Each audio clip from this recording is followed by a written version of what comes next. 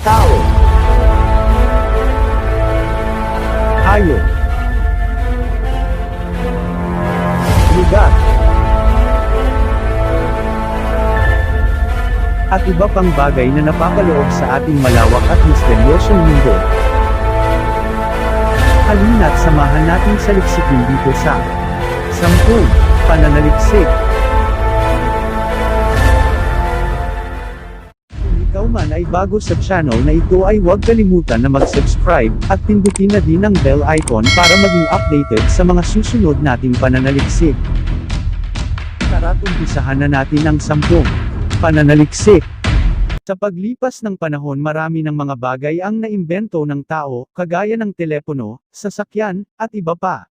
Sa video na ito ay ating sasaliksikin kung alin nga ba ang ilan sa mga naimbentong modernong armas na pangmilitar. Kaunang pananaliksik, Zumwalt-class destroyer. Ito ay isang guided missile destroyer na may kakayahang magtago sa sino o anumang kalabang paparating dahil sa kanyang stealth technologies na hindi nadedetect ng anumang radar.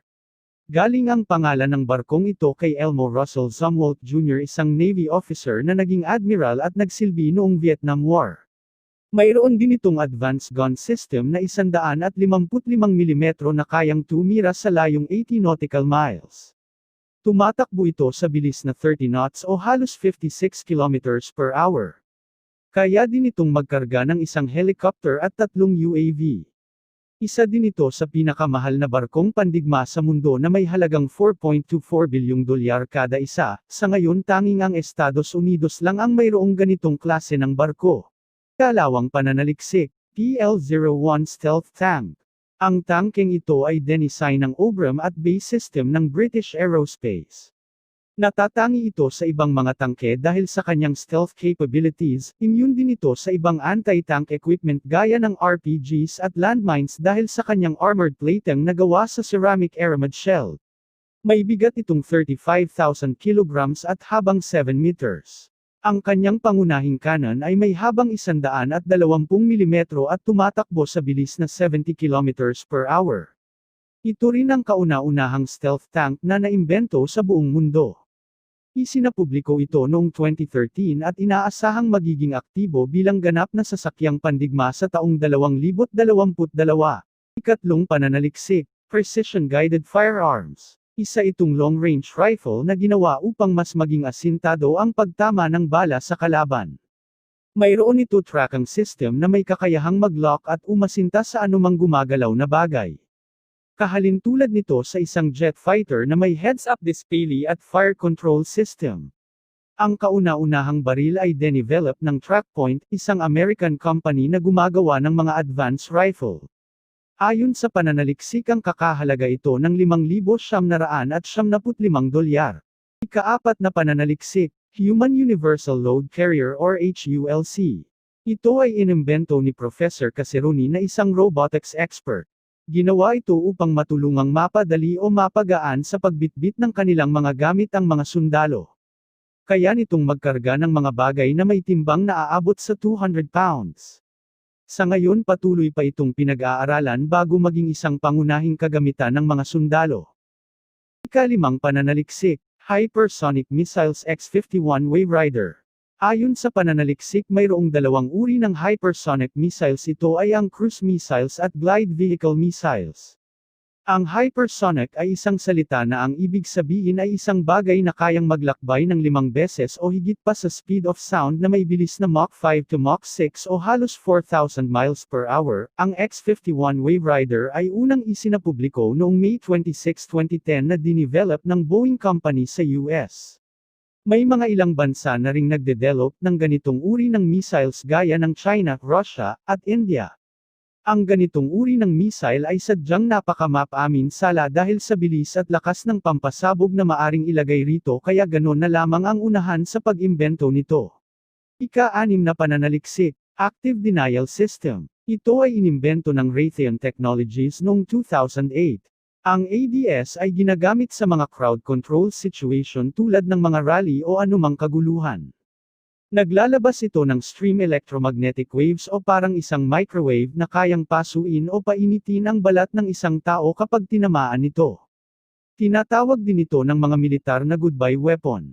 Nasubukan na rin ang kakayahan nito sa ilang bansa katulad sa Afghanistan noong 2010 kung saan kasagsagan pa doon ang gyera kontra sa mga terorista, sinasabing ginamit nila ito para makaiwas sa mga suicide bombers. Ika-7 pananaliksik, MQ-9 Reaper Drone. Ito ay isang unmanned aerial vehicle o UAV. Halos 10 taon na rin itong nasa serbisyo ng Amerika, pinatunayan ng Armas na ito kung gaano ito kaepektibo sa loob ng mahabang taon, ginagamit ito sa mga pagkuha ng intelligence at airstrikes missions. Pinapalipad ito gamit ang satellite tracking system na nakalink o nakaprogram sa drone. Ito na din ang pinakamalaking UAV ng bansang Amerika na may habang 84 feet at bigat na 7,000 pounds at kaya ding magdala ng armas o equipment na may bigat na 3,000 pounds sa loob ng 36 hours na nasa ere. Napagdesisyonan na din ng Amerika na ito na lamang ang ipapalit sa dating mga F-16 squadron ng US at patuloy na mag-recruit ng mga piloto para dito.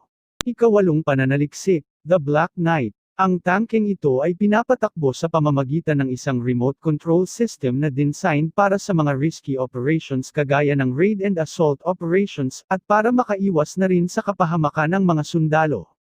Ginawa ito ng base system noong 2008, mayroon itong 30mm cannon main gun, at 7.62 mm machine gun na tumatakbo din sa bilis na 77 km/h. Sa ngayon ay hindi pa ito fully operational para gamitin ng mga sundalo dahil sa ilang problema pagdating sa kanyang GPS sensors at wireless communications. Ngunit magiging isa ito sa pinakamalakas na armas o sasakyang pandigma sa pagdating ng panahon. Ika-9 na pananaliksik, railgun. Ang armas na ito ay halos ilang dekada nang dine-develop ng mga eksperto ng Naval Surface Warfare Center sa Amerika.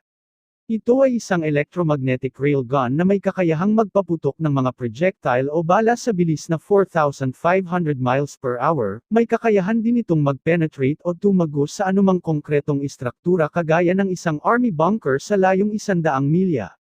Naisagawa ang unang test nito noong 2008 at napabilib ang gobyerno ng Amerika sa naging resulta. Ngunit may ilang bagay pa ding dapat pag-aralan at alamin upang mas maging maayos at mapalakas pa ang armas na ito, kagaya ng mas malaking power capacity upang mas maging tuloy-tuloy ang pagtira ng bala. Ang electromagnetic railgun ay sinasabing magiging isa sa pangunahing armas sa hinaharap katulad ng laser gun. Ika-10 pananaliksik, quantum stealth camouflage. Ang mga scientist sa iba't ibang bansa ay patuloy na pinag-aaralan ang isang uri ng material na kayang gawin invisible ang sinumang makapagsusuot nito, tinatawag nila itong scientific invisibility cloak. Tila ba isang pelikula ang pagdiskobre sa uri ng bagay na ito na napapanood lang natin sa mga sinehan.